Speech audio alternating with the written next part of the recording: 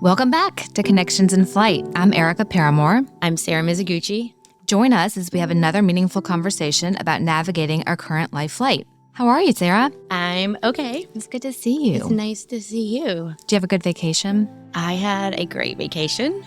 I've been back about 12 hours. Your plane just landed. My plane. And I see you with your great bag, your carry-on bag. What's in your carry-on today? I know. I have like a You have a physical and a metaphysical carry-on bag today. I truly do have a carry-on. And I actually like to fly pretty light. But yesterday, because I was traveling, I started a book on the plane. And I read it into the night. I finished it in one day. Mm-hmm. So that's what's in my carry-on. Isn't that the best when you get lost in a book like that, especially in a flight? It's just over like that. After I got home, I just really couldn't motivate to move, to be honest. I was going to work out, but that went out the window. So I just finished my book. So literally in my carry-on is a book I read, and it's called Lessons in Chemistry by Bonnie Garmus. I read it, like I said, quickly because it was just one of those travel days. But it took me a minute to get into it. But once I was about a third of the way into it, I couldn't stop. The author obviously is a very intelligent woman in the field of chemistry, medicine, biology. Also, interestingly enough, rowing. There's a lot of antidotes to rowing in the book, which I'm not a rower. One of my friends is. The woman must be just absolutely amazing. But there is a lot of chemistry in the book, which I found absolutely fascinating. I love chemistry and I love physics. I'm not saying I'm particularly great at them, but the book is so smart. It's such a smart book. It takes place in the 50s and 60s. It's a book in terms of being a woman and what it's like to be a woman, particularly what it would have been like to be a chemist woman in the 1950s and 60s.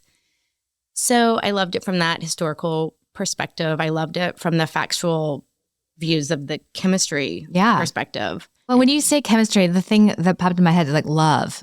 From my take on it, it was more about women, especially then, I think it's fair to say, really didn't know what they were capable of doing and how that whole revolution took place. And one thing about the struggles in the workforce now compared to then, though, like it just made me really be thankful for where I am now. In the workforce? In the world and the time and the year. Interesting. And all of that. Yeah. The other thing I really liked about the book, it ends, and this is not a spoiler alert, but it ends on an upbeat message. I would say not a fairy tale ending, but a very happy ending, I would say. Mm-hmm. But I feel like the whole part of the premise of the book was that life is not fair. And I think that's something that, to be honest, for me, I've only recently learned to accept. So that just begs me to ask the question, what's your word of the day, Sarah? Acceptance. And it's loaded, right? There's so many ways to think about that word. I'm curious, when you think about that, is it the way you're actually cognitively thinking about the word acceptance? Do you notice that more kind of in your feelings, emotions when you say that? What comes up for you when you think about that word and how it means to you? I think when I first thought about the word acceptance, I took it as a defeat. I didn't honestly take it as a positive word. Say more. That's interesting. Well, I'm actually perplexed by this myself. Or you or someone had said acceptance was such a positive word, and my immediate response was, no, it's not. What did you think of when you thought of the word? Defeat. Defeat. Like your defeat? Like just somehow accepting defeat. But that was more of like the belief of that. I think so. And it felt negative. It felt negative to me. Interesting. It did not feel like a happy word to me. It felt like a sad word of defeat. Because when I think of the word acceptance and how we can think about that word, I think of, are we looking at that externally, like how we're accepted by others, or whether we accept others versus internally our own acceptance of what we're experiencing in the now. So when you think of defeat, can you say more about whether that was more external from others to others, or was that more of an internal way of feeling defeat? One of the things that popped into my mind, to be honest, was I thought about acceptance and I thought about accepting where I am in life right now. And I know I've talked about this, living in the now, and I have a hard time with it. When I thought about acceptance, I thought about, I'm here. How did I get here? Do I like being here? And what could I have done better? But I'm here, so I better accept it. So there's like a stuckness that came with that? I think that's trapped? Maybe a stuckness. Maybe a stuckness. Here's where I am. I'm here. I don't know. That was more of a question. I like that though. I think that maybe is what I was thinking. Mm-hmm. Like I have to accept.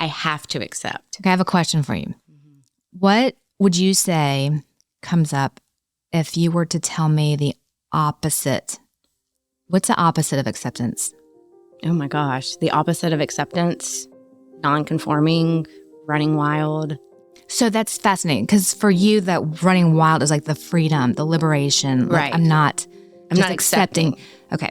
Oh my God. This is helpful. Okay. Oh God. So in psychology, we learn that the opposite of acceptance is resistance. And another way to say resistance, there's different kind of breakdowns of that, like avoidance. If I'm feeling a negative feeling, for example, fear, I've got to go back to work tomorrow. First time after break. Let's just make that up. My resistance of feeling that feeling may show up as avoiding. It may be anger. It might be panic attacks. It's like my body is resisting accepting that right now I'm feeling fear about going back to work. If I learn to accept, if this is what I'm feeling and I show up for that part of myself with care, it releases. It softens. The understanding of resistance means I'm not accepting what is. And if you take that further and you ask yourself, what can't I handle about this? Once we drop back into ourselves internally, that's where the power is. God, I'm like getting ready to break a sweat about this. I'm interested to know the truth. Do you think I'm feeling this way because I just got back from vacation and I'm like got post-vacation weirdness? I think conversations with you have worked hard on like trying to be more in the moment. Mm-hmm. So I don't know that it's necessarily specific to the fact that you're back from vacation, but it makes sense that you might be feeling that more now. Okay, well, I feel like this is, oh my God.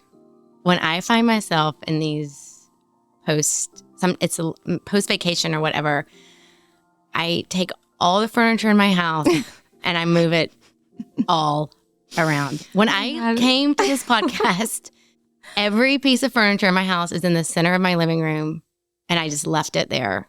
And I don't know why I did that. And I don't know if you watched White Lotus season 1, but there is this scene where the mom, she's moving hotel furniture. Okay. Can we talk about this? Okay, yes.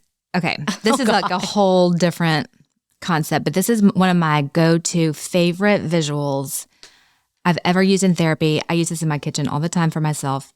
But what we're talking about, and it's interesting that this is coming up in relation to the term acceptance, because what I'm about to say is not going to sound like acceptance. So we're going to put this sort of on the shelf, the word acceptance, and then we're going to come back to it as it pertains to what I'm about to say. Okay.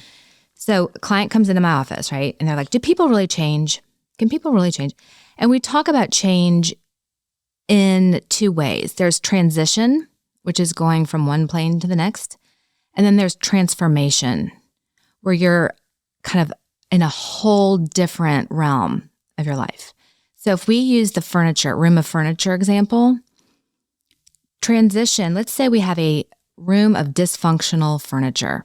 We've got chairs with broken legs, glass tables cracked, and we keep rearranging the furniture in that room to try to make it less dysfunctional. Oh, okay. It transitions, but it's the same dysfunctional furniture, right? Transformation would be actually walking out of that room into a whole new room with new furniture. And guess what? It does not feel like home. When you sit in a brand new leather chair that's not broken in, it's not comfortable. The more time we spend in it and it's functional, we don't have to keep transitioning it.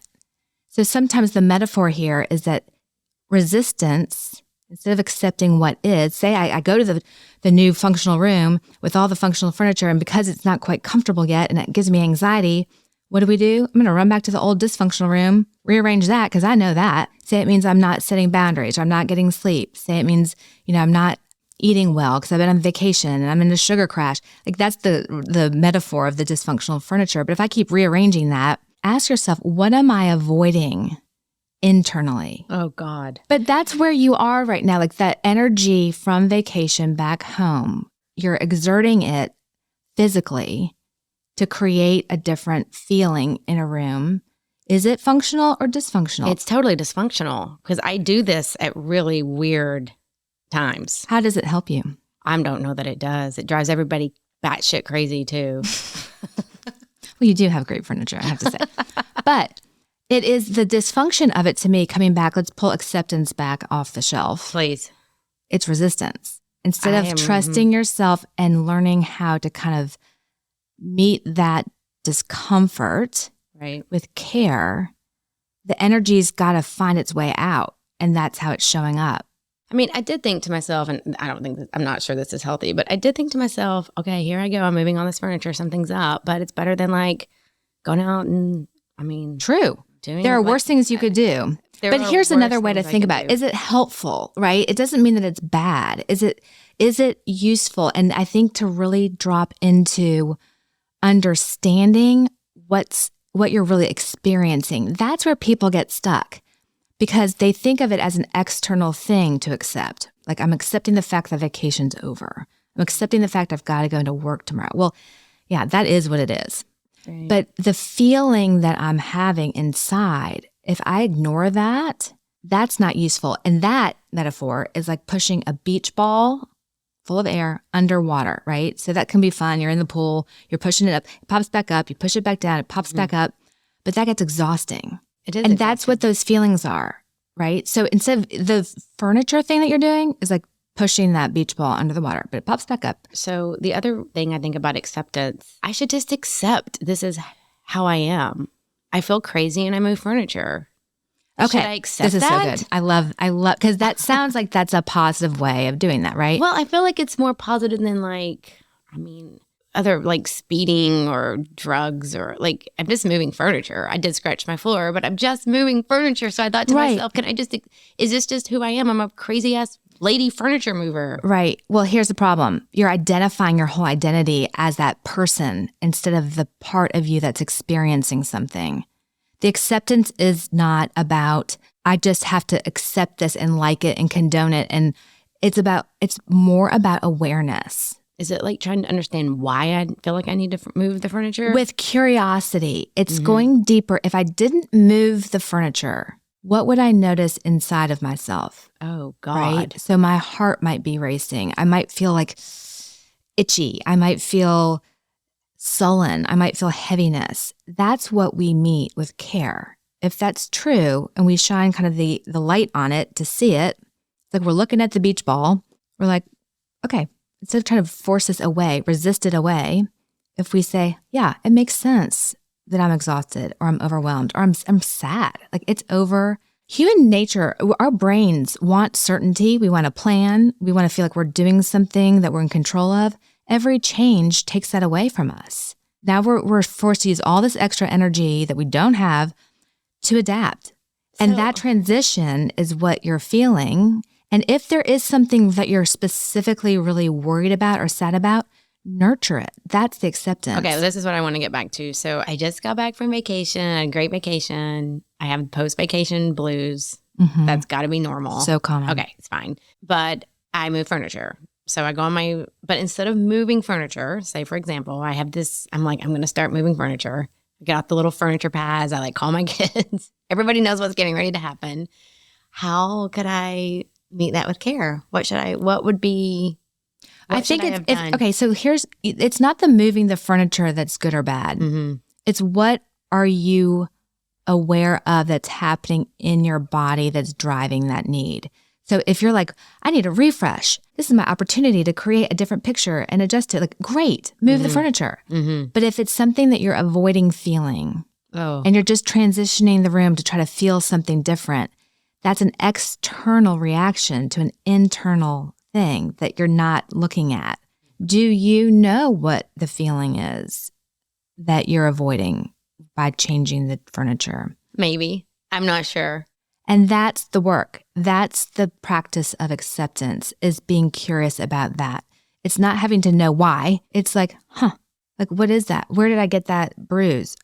It hurts. Like, so the care isn't like, oh, I care about that feeling. It's like, like that hurts. Okay. But once you so here's the thing, crying is a good example of this. If you felt sadness, that it's, yes, we all know vacations come to an end, but you're not sure if you're going to see that person again for a long time. You're just feeling that lump in your throat. I'm going to be completely honest. This is what it was. I don't want to fucking take care of my house. And I was like, fuck this. So pissed about all the responsibility. Okay, go into that. After like being on vacation, not my house, I don't have to make all the plans. And then I come home and it's like, what's going on at school tomorrow?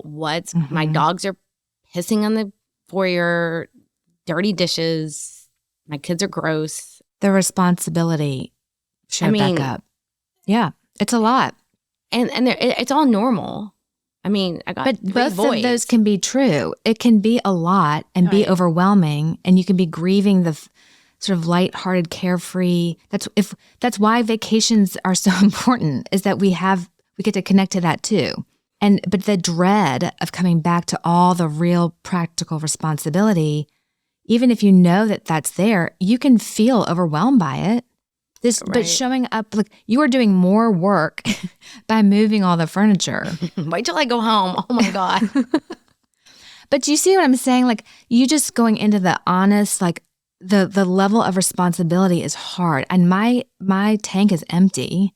You enjoy furniture too. Maybe there's something like creative and like a different spontaneous kind of excitement you get. I do enjoy it. I love all that kind of And if the energy comes back by doing it, then it's a good thing. But if it's a form of avoidance and you feel more exhausted from it, is it really helping you?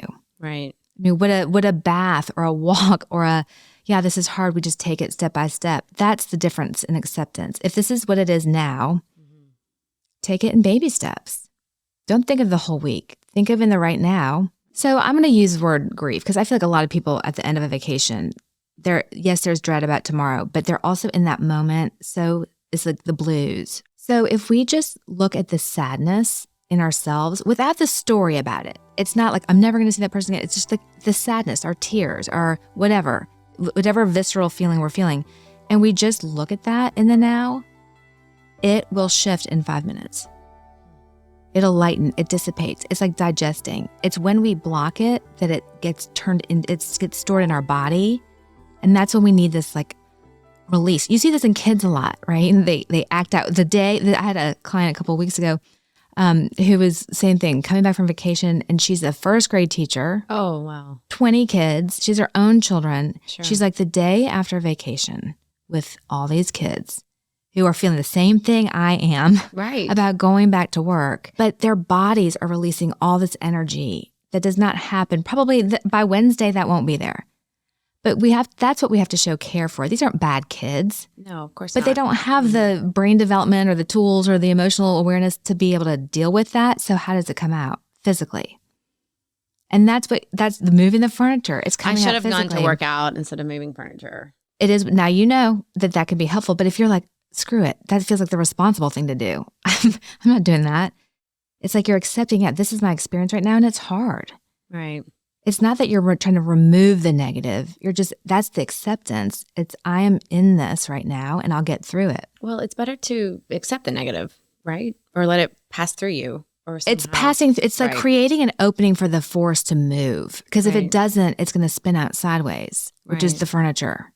Right. And like I said, the furniture is not a good or bad. It's what part of your experience internally are we not looking at? Because that's how it comes out. Well, it's very likely I'll move it all back like it was before. That's so funny, though, that I don't really know why I took acceptance as such a negative. A lot of people do. Because it sounds like, fine, if this is what it is and I just have to accept it. Right. Okay, that's not what this is. This is about, if this is what it is in the now, what do I do with it? And that the irony is you have more empowerment and freedom to decide, finding choice in it. So a lot of people come at a deeper level of therapy if people are talking about this, like, why can't I accept that my boss is just like this?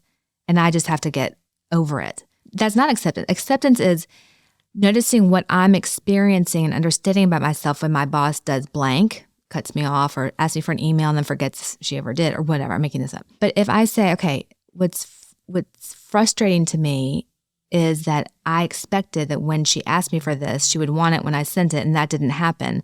I can fight that all day long. I don't have to like her or be okay with that. But if I say, all right, if this is what it is and I'm frustrated, of course that makes sense I'm frustrated. And what's my choice now? What do I do with it? And I think just even nurturing the feeling of that, it's not about an action plan. It's about, all right, how do I find, what's the intention right now to my purpose? My purpose here is, here's the life purpose. I'm tolerating frustration. I'm learning how to achieve a resilience with things when they change. I'm learning how to be more patient through a frustrating process with somebody that has power over me. So now all of a sudden, I'm getting something out of this. But it's going into that, I don't have to be happy about it. It doesn't make all the negative stuff go away, but I'm creating meaning out of it that's valuable for my purpose. So for acceptance, do you think it's accepting it's living in the moment, just acknowledging what's happening right now and how I feel in that moment? Start with a word like, if this is what it is now. If this is what it is. It's not like, it doesn't mean you can't have plans for tomorrow. It doesn't mean you can't have dreams and goals. But if I'm experiencing something negative that I have to accept, it may be that I accept attention or praise for something that makes me uncomfortable. Mm-hmm. Okay, it doesn't have to be just a negative thing. But if this is what it is now, and we connect to what that means to us about our purpose, then it gives it more meaningfulness. It's not stuck. Now, why do you think a person such as myself, who loves to exercise, considers it part of my being, on a day like today, I'm like, I'm not exercising. Mm-hmm. I'm not going to do it. Like, what kind of childish rebuttal is that to the world from me? Okay, pause. The shame that you just said towards yourself that's feeling like wiped out after a vacation coming back, look at that from energy. Your tank is empty. And now you're this childish, bratty, stubborn. Like, no, throw that out the window. Throw the shame out the window. Look at that with like, yeah, I'm tired. Period. Wow. You're accepting where you are, mm-hmm. not just like in Louisville or wherever, but it's where you are emotionally. If you're lower today, if you're fatigued, if you're sad, if you're angry, like just accept that. And give that, like, don't judge it. I'm also laughing because I ate a bag of caramel corn. Like, I didn't have to do that. Like, why do we just go, or not we? That's the resistance. What is this spiral of like? But that's the avoidance of feeling the feeling. And I put chocolate covered peanuts in it too. Good for you. Is it though? But if if the secondary talk about that is, I can't believe I did that. I'm so weak, or I'm a child, or what's wrong with me? Yeah, that's what I told myself. That's the problem. It's that shaming of it being hard. So if instead of shaming it, you accepted yourself, that part of you that says, God, today is hard. This moment is hard. That piece will shift. Whether you still want the caramel corn or not, doesn't matter. Mm-hmm. It's the judgment of it being bad that you have that feeling that you're resisting. So again, I just should accept, like, it's just a shitty day. I mean, is that okay to say? Like, this is just a shitty day. But go deeper than that. It's not, the day itself is external. Okay. Oh. Go internal, right? Like, so what about this day, this shitty day is hard for me? And then I can say, well, I just got back from a sunny vacation. Yeah, I'm feeling low. Yeah. Period. My house is disgusting. There's 4,000 loads of laundry. Is that, I mean. Yeah. So the feeling, the experience you're having of all this overwhelm of responsibility, show a little care for that. Okay. So now I'm going to walk you through. So yeah, show me how to show care. Okay. Well, it's like, it's a lot. I mean, even your tone of voice when you said, I'm low, was so real. I mean, I felt that. I am low. I know. I'm a pretty positive person, but low is not, but that, bingo. Okay. It's not, when you make it about your identity, that's where you're getting stuck. I'm a positive person. Does that mean you never can feel the negative things? Accepting that we're humans And when the negative feeling or experience shows up, how do we talk ourselves through that? That's acceptance. So I'm feeling low. I'm overwhelmed with responsibility.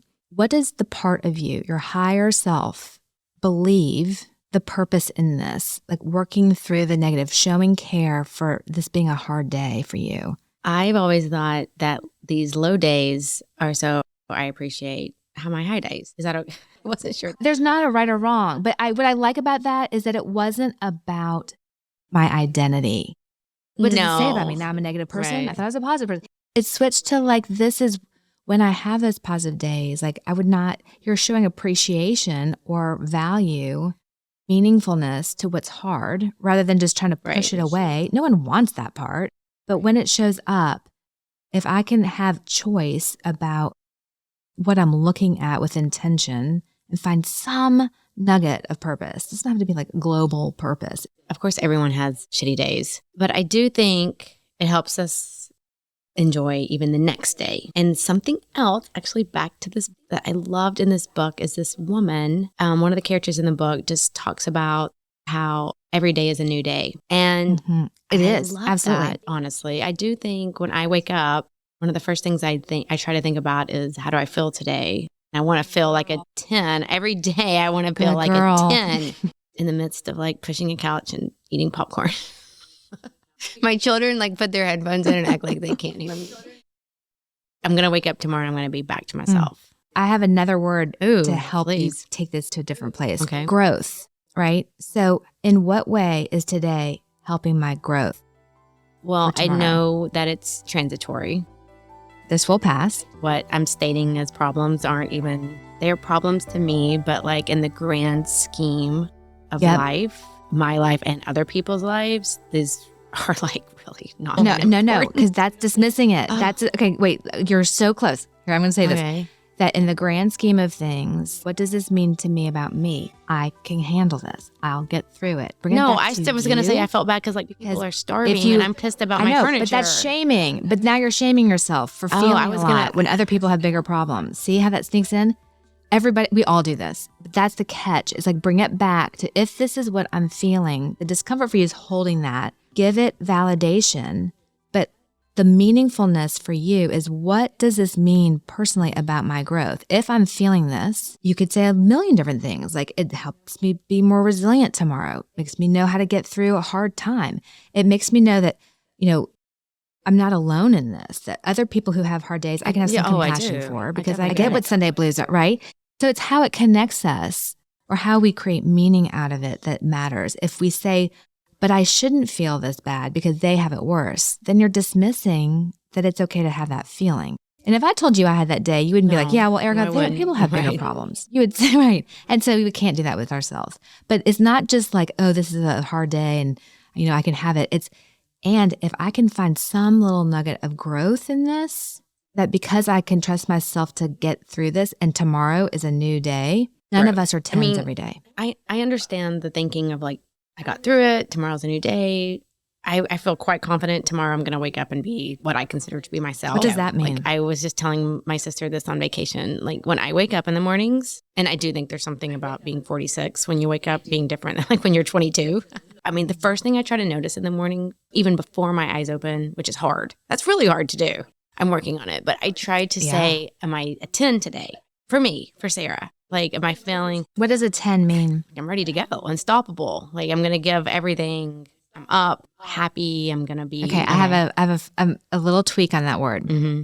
Instead of am I a 10 today, ask yourself, what's my intention? Be a 10. My intention is to be a 10. That sounds so corny. But the intention is that whatever I am today, I put intention in. Right? Think how many days you're going to wake up and you're not a 10. Like that is something outside of yourself sometimes, right? So if you're sick, if you're sad, if you have a... Basically, I'm either a 0 or a 10. And is that working? That's not acceptance. You're resisting anything but a 10. But if you accept an 8 with intention... I want to get to this. Yeah. But we all do this. We think we've got to force things. We've got to control things. We've got to make things happen. Well, that's resisting. What if we're not there in that moment? Okay, I'm an 8, but with intention, I'm going to accept that I'm an 8. No, instead of it being a number you're measuring yourself by, if you remove the number and you just ask yourself with your eyes closed before your feet even hit the floor, what's my intention? Way more sophisticated. But maybe it's not. Maybe it's so much more like, maybe it gives you so many different ways to be okay, right? Instead of this 10. I'm either a 0 or a 10. When I say a 10, I think maybe I do mean some of that as intention. I just basically mean when I get going, I do like to drink a little coffee in my bed, okay? Just want to throw that out there. Like I do, I'm not saying I like wake up and like get on like a treadmill. But basically, even drinking that coffee, maybe I am intentionalizing because I'm like, if our identity is wrapped up and is every box checked, that's the problem, right? Like to have a checklist of like, these are my intentions of things getting done. My value as a human being is not based on whether those boxes are all checked. So that's the difference. It's not the external thing that's good or bad. It's our relationship to it and what it means to me. Sounds like maybe checklists can be detrimental. Like if I really do think about just checklist, what do you mean? Like a mental, like a box. But it's not the checklist itself. It's what it means to you about having to have all those boxes checked. I'm only okay. I'm only okay if I'm a 10. I'm only okay if all this gets done. Rather than my intention is to get these things done. And here's the key. If they're not, I can still accept myself. Acceptance. That's not stuck. That's like liberating. Like, it's like, if this doesn't get done, I can let go. I can throw that out the window. Like I can, maybe what I had on my list isn't no longer needed, or maybe something new pops up. Right. Take it as it comes today. But it's the value of our humanity or ourselves, our identity that we tie to it. That's where you're cutting that line. Which frees you up to accept the growth and those things not being there. But the need to have the certainty and the control. We have told ourselves as human beings, I'm safe in the world when I have control. And, think about being in a cave, going out in the jungle. Like, you need control and certainty to feel safe in the world. Okay, let's go broader than that. How do I find, with acceptance, I can find different ways to be safe in the world because I can find purpose in whatever comes up. My identity and value is not tied to that external thing. This is deep. This is not easy stuff. This is a practice. But the good thing is acceptance is about choice of what intention we have, making meaning out of it. And that's where the growth happens. I really want to ask you, this word has been said a lot today about the growth. I mean, what does that mean to you? Growth. Like if I accept growth, if I do my acceptance practice and not shaming myself, what is growing? What am I doing? What's growing? Great. So if you think about emotional resilience, psychological flexibility, think about neuroplasticity, think about new channels opening, think about new muscles you can rely on. Emotional what? Emotional, I don't even know what I just said. Emotional resilience. If I get hit down, do I know how to get back up? And that's because you go through hard things, right? If we avoid acknowledging today's a hard day, we'll never prove to ourselves we can get through it. So then tomorrow, if I'm not a 10, it's even more devastating. Whereas if I'm maybe a 5, but I trust I can handle it and get through it, that mindset and purpose is what makes tomorrow easier or better or more fulfilling, or I'm not as scared if I'm not just going to stay in bed. The psychological flexibility is the adaptability, right? So it's like, if I think I have to have certainty and control and a plan and the box is checked to be okay, I'm pretty rigid. But super successful. And, well, maybe not. Would you rather be the one that has to have all that to be okay, or the one that says, you know what, if this changes, I can adapt? And that is survival. What you're the one that said Charles Darwin's number one survival trait is adaptability. No, would you rather be flexible or rigid? Adaptable. Totally. That's what we're talking about. It's like, if this doesn't work, I can problem solve. I can get out. I mean, we see animals do this. No, right? I totally agree. I love this. I do feel like tomorrow I'm going to wake up. I'm going to be fine. I'm going to be back. It's a Monday. I love Mondays, actually. I guess there is growth even in a bad day. I'm just going to accept my bad day. What do you think the purpose for you today in handling today or noticing today, getting through today? What value does it add to your life? Like, what growth do you think could come from this for you? I mean, obviously I've had other days like this. I do handle it better than I used to. Bingo. So that's the growth. Yelling.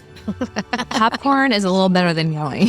I mean, because of the shame, then the secondary story we tell ourselves about it, right? I didn't say anything I regretted. I mean, I'm sorry. This is all Awesome. truth. Like, I didn't scream at anyone. Why are you saying sorry? Right. But what if you never noticed that part, right? And you're like, God, tomorrow I better be a 10.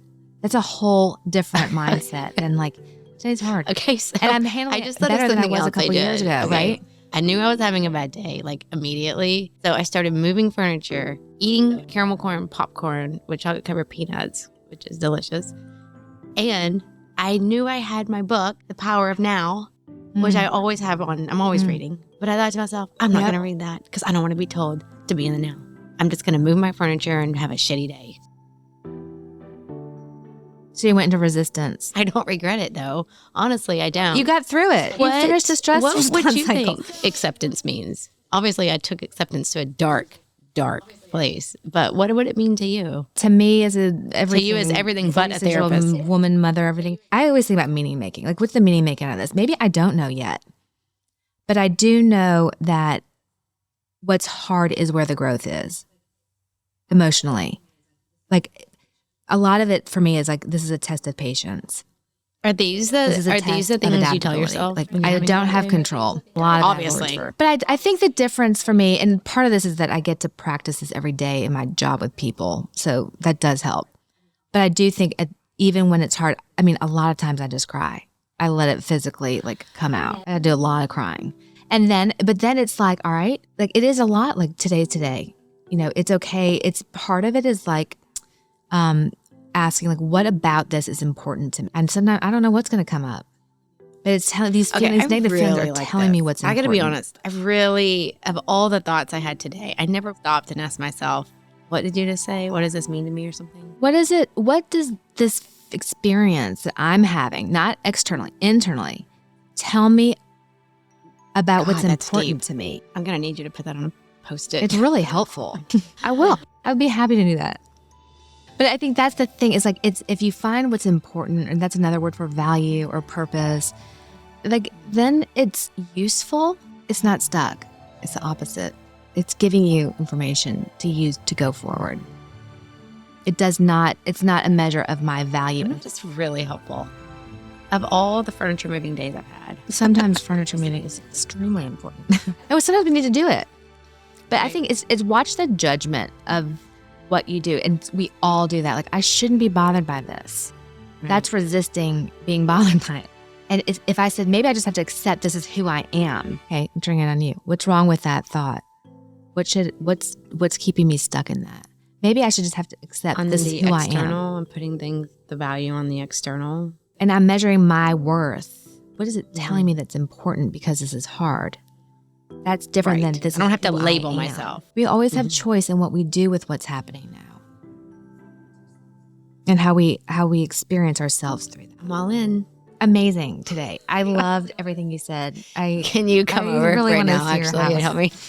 If you have extra popcorn. No, but seriously, Sarah, I really appreciate you like being able to, in the moment, go through that. I'm excited for you. I am too. I really am. I don't tweaks. Okay, I'm not even going to say that because I was going back to my old ways of shaming. Cat. Yay! I just had like a little bit of growth. Keep it alive. Our takeaway then for today is like in the morning, the same thing you do before your plane takes off. Okay. Intention.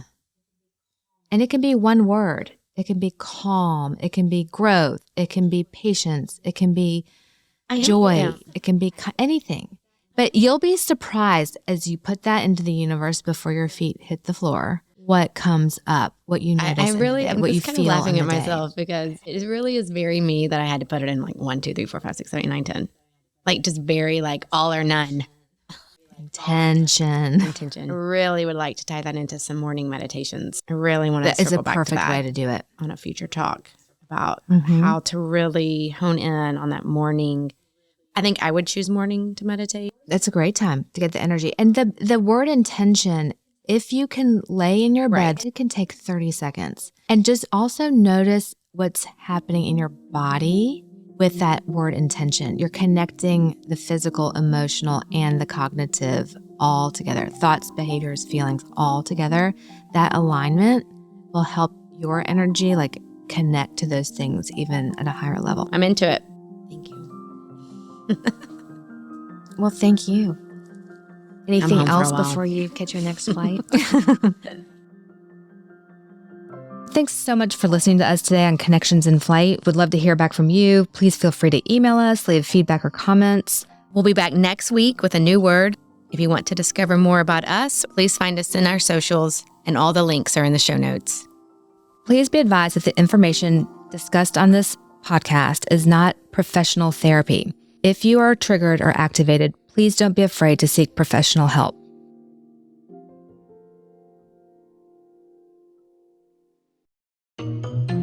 Ample. Here. Is this thing on? Yeah, that's on. Don't touch that.